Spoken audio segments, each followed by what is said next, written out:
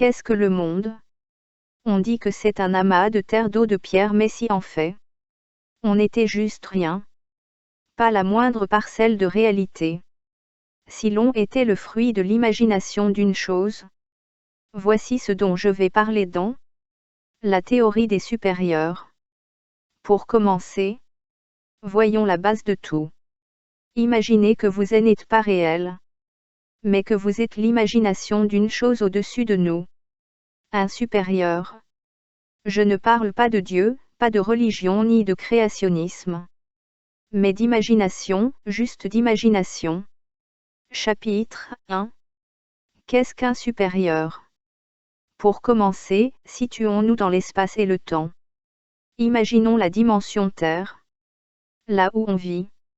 Maintenant que la dimension Terre est placée, disons-nous que nous sommes l'imagination des supérieurs. Et donc que les supérieurs sont dans une dimension appelée monde 1. Alors il y aurait deux dimensions. Les supérieurs habiteraient le monde 1 et nous le monde Terre. Les supérieurs nous imagineraient, faisant d'eux des imaginateurs suprêmes.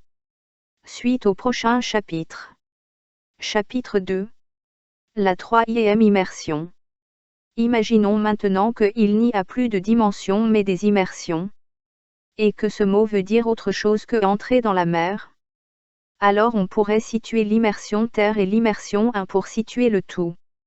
Donc l'immersion 1 imagine l'immersion Terre, mais donc, si nous aussi étions des imaginateurs d'une dimension, cela marcherait-il? Eh bien oui.